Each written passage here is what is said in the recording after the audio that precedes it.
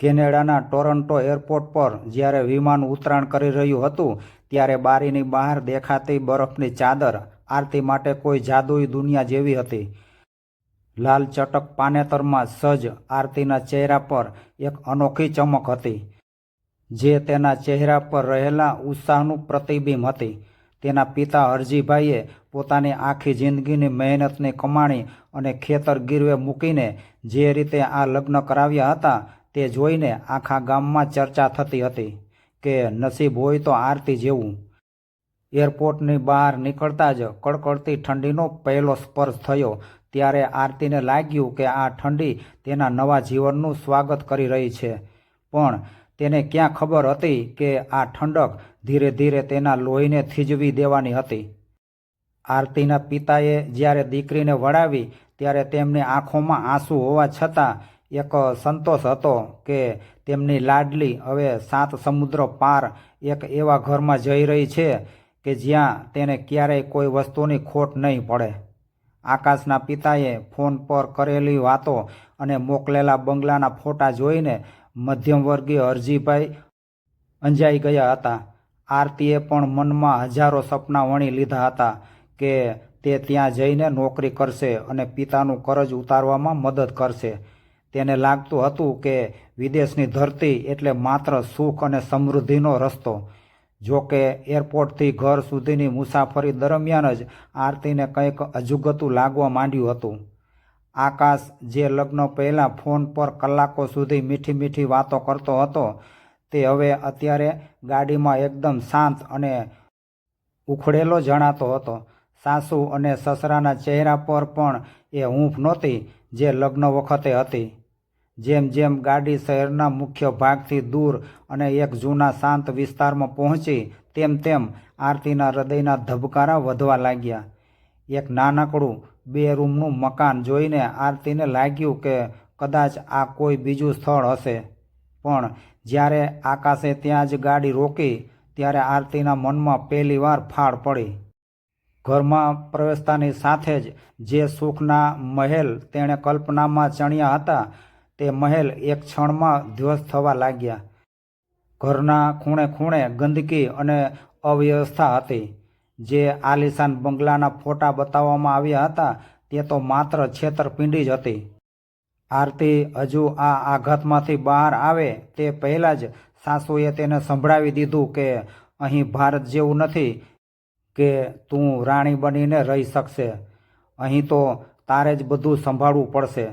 આરતી જે લાલ પાનેતરમાં સજ્જ થઈને આવી હતી તે જ પાનેતરમાં તેને પહેલા દિવસે રસોડામાં ઊભા રહીને કામ કરવાનું કહેવામાં આવ્યું. તેની આંખોમાં હરજીભાઈનો એ ચહેરો તરવરી રહ્યો હતો, જેણે તેને ખૂબ લાડકોડથી ઉછેરી હતી. તેને સમજાઈ ગયું હતું કે તે એક ભયંકર ઝાડમાં ફસાઈ ગઈ છે, પણ હવે પાછા વળવાનો તેની પાસે કોઈ રસ્તો દેખાતો નહોતો. કેનેડાના શરૂઆતના 15 દિવસોમાં આરતીએ હૃદય પર પથ્થર મૂકીને પિયરમાં જૂઠું બોલવાનું શરૂ કર્યું. જ્યારે પણ હરજીભાઈનો ફોન આવતો ત્યારે આરતી ગળામાં ઉતરી ગયેલા ડૂસકાને દબાવીને અવાજમાં કૃત્રિમ ઉત્સાહ લાવતી હતી અને કહેતી હતી કે પપ્પા, અહીં તો સ્વર્ગ જેવું છે. સાસુ મંગળાબેન બરાબર આરતીની સામે સોફા પર બેસીને તેની એક એક વાત પર નજર રાખતા હતા.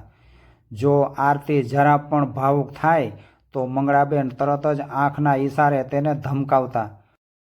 ફોન પૂરો થયા પછી તરત જ આરતીના હાથમાં હેઠા વાસણો પકડાવી દેવામાં આવતા હતા. જે દીકરીએ ક્યારેય રસોડાની બહાર પગ નહોતો મૂક્યો તે હવે સવારના 4 વાગ્યાથી ઉઠીને થીજી ગયેલા પાણીમાં ઘરનું કામ કરતી હતી.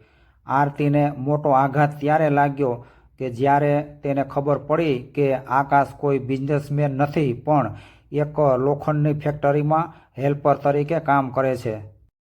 આકાશ સવારે જાય ત્યારે તેના કપડાં પર લાગેલો ગ્રીસ અને તેલ આરતીના સપનાઓને મેલા કરી નાખતા હતા. આકાશનું દેવું એટલું બધું વધી ગયું હતું કે ઘરની બહાર અવારનવાર ઉઘરાણીવાળા આવતા અને ધમાલ કરતા. આ બધી પરિસ્થિતિનો દોષ સાસુ સસરા આરતી પર ઢોળતા કે તારા પગલાં અશુભ છે, એટલે જ અમારો દીકરો દેવામાં ડૂબી રહ્યો છે. જમવા બેસતી વખતે આરતીની થાળીમાં ગણી ગણીને રોટલી મૂકવામાં આવતી હતી અને જો તે થોડું પણ વધારે માગે તો તેને સંભળાવવામાં આવતું કે તારા પિતાએ કયું મોટું દહેજ આપી દીધું છે કે અહીં તારે રાણીની જેમ જલસા કરવા છે.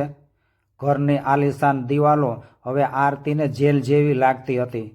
તેને સમજાયું કે આ આખા પરિવારે મળીને તેના પિતાને છેતર્યા છે. આકાશ પણ ઘરમાં ક્યારેય આરતીનો પક્ષ લેતો નહીં. તે ફેક્ટરીના થાક અને દેવાના ટેન્શનમાં આરતી પર હાથ ઉપાડવા પણ અચકાતો નહીં. એક તરફ બહાર -25 ડિગ્રી ઠંડી હતી અને બીજી તરફ ઘરની અંદર આ અસહ્ય માનસિક અને શારીરિક ત્રાસ.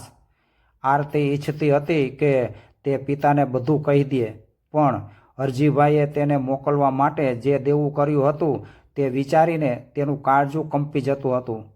તેને લાગતું હતું કે જો તે સત્ય કહેશે તો તેના પિતા આ આઘાત સહન નહીં કરી શકે અને કદાચ હાર્ટ એટેકથી તેમનું મૃત્યુ પણ થઈ શકે છે. આરતી રાત્રે બાથરૂમમાં જઈને નળ ચાલુ કરી દેતી જેથી તેના રડવાનો અવાજ કોઈ સાંભળી ન શકે. તે અરીસામાં પોતાનો ફીકો પડી ગયેલો ચહેરો જોતી અને વિચારતી કે શું આ જ તેનું નસીબ છે.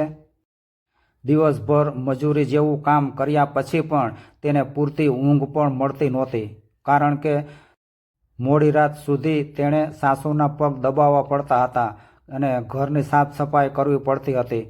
કેનેડાની એ ભવ્યતા હવે તેના માટે એક કાળી રાત બની ગઈ હતી, જેનો કોઈ અંત દેખાતો નહોતો. દરેક સેકન્ડે તે મરી રહી હતી, પણ દુનિયા માટે અને તેના પિતા માટે તે હજુ પણ કેનેડાને એ સુખી વહુ હતી જેના નસીબ પર આખું ગામ ઈર્ષા કરતું હતું. પરિસ્થિતિ હવે અત્યંત ગંભીર બની રહી હતી અને આરતીનું મૌન તેની મુશ્કેલીઓ વધારી રહ્યું છે. કેનેડાની એ રાત આરતીના જીવનની સૌથી કાળી અને ભયાનક રાત સાબિત થઈ રહી હતી. બહાર આકાશમાંથી સફેદ બરફની ચાદર વરસી રહી હતી, પણ એ સુંદરતાની પાછળ મોતનું તાંડવ છુપાયેલું હતું. તેનો પતિ આકાશ તે રાત્રે દારૂના નશામાં ધૂત થઈને ઘરે આવ્યો હતો. ફેક્ટરીમાં થયેલી કોઈ માથાકૂટ અને દેવાના ઉઘરાણીવાળાના દબાણનો બધો જ ગુસ્સો તેણે માસૂમ આરતી પર ઉતાર્યો. આરતી રસોડામાં તેના માટે ગરમ જમવાનું બનાવી રહી હતી. ત્યાં જ આકાશે તેને વાળ પકડીને રસોડાની બહાર ખેંચી. તે રાક્ષસી આવેશમાં બોલી રહ્યો હતો કે તારા પિતાએ મને છેતર્યો છે અને તારા પગલાં જ આ ઘરમાં પનોતી લાવ્યા છે. આરતી ધ્રુજતા હાથે તેને શાંત પાડવાની કોશિશ કરી રહી હતી, પણ આકાશના મગજ પર નશો સવાર થયેલો હતો.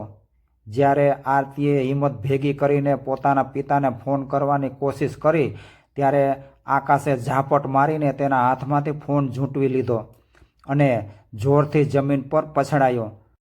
ફોનના ટુકડા થવાની સાથે જ આરતીનો પિયર સાથેનો એકમાત્ર સંપર્ક હતો તે પણ તૂટી ગયો. આટલેથી પણ સંતોષ ન થયો હોય તેમ આકાશે ઘરનો મુખ્ય દરવાજો ખોલ્યો અને આરતીને અડધી રાત્રે એ હાડ થીજવતી દેતી ઠંડીમાં બહાર ધકેલી દીધી. આરતીના શરીર પર માત્ર એક પાતળી કોટનની કુર્તી જ હતી. તેણે કરગરીને વિનંતી કરી કે બહાર બરફ પડી રહ્યો છે, હું મરી જઈશ, પણ આકાશે નિર્દયતાથી દરવાજો અંદરથી બંધ કરી દીધો. અંદર સાસુ અને સસરા બધું જ જોઈ રહ્યા હતા, પણ કોઈના દિલમાં દયા ન જન્મી. બહાર -30 ડિગ્રી તાપમાન હતું. આરતીના ખુલ્લા પગ જ્યારે બરફને અડ્યા ત્યારે તેને લાગ્યું કે હજારો સોય એકસાથે તેના શરીરમાં ભોંકાઈ રહી છે. તેની પાસે ન તો પર્સ હતું કે ન તો કોઈ ગરમ જેકેટ. તે રસ્તાના ખૂણે એક થાંભલા પાસે બેસી ગઈ અને પોતાનું શરીર સંકોચીને બેસવાની કોશિશ કરી, જેથી કરીને શરીરની ગરમી જળવાઈ રહે. શ્વાસ લેવામાં પણ તકલીફ થઈ રહી હતી, કારણ કે હવા સાવ બર્ફીલી હતી. તેણે આજુબાજુના ઘરોમાં મદદ માટે જોયું, પણ બધે અંધારું હતું અને કોઈ અજાણી વ્યક્તિ આટલી રાત્રે દરવાજો ખોલે તેમ હતું જ નહીં. આરતી આખી રાત રડતી રહી અને ઈશ્વરને પૂછતી રહી કે હે ભગવાન, મારો ગુનો શું હતો કે મારે આવી યાતનાઓ ભોગવવાનો વારો આવ્યો. ધીરે ધીરે તેની શક્તિ ઘટવા લાગી અને તેનું શરીર શૂન્ય પડવા માંડ્યું. સવારના 7 વાગ્યા હશે ત્યારે પાડોશમાં રહેતી એક કેનેડિયન મહિલા પોતાના કૂતરાને ફેરવવા બહાર નીકળી ત્યારે તેની નજર બરફના ઢગલા વચ્ચે પડેલી એક આકૃતિ પર પડી. આરતી લગભગ બરફમાં દટાઈ રહી હતી. તેનું શરીર સફેદ પડી ગયું હતું અને હોઠ નીલા થઈ ગયા હતા. પાડોશીએ તરત જ 911 નંબર પર કોલ કર્યો અને એમ્બ્યુલન્સ બોલાવી. હોસ્પિટલના આઈસીયુ વોર્ડમાં જ્યારે આરતીને દાખલ કરવામાં આવી ત્યારે ડૉક્ટરો પણ આશ્ચર્યચકિત હતા કે આટલી ઠંડીમાં આ છોકરી જીવતી કેવી રીતે રહી શકી. મશીનોના બીપ બીપ અવાજ વચ્ચે આરતી પડી હતી પણ તેની આંખોમાં કોઈ ચમક નહોતી.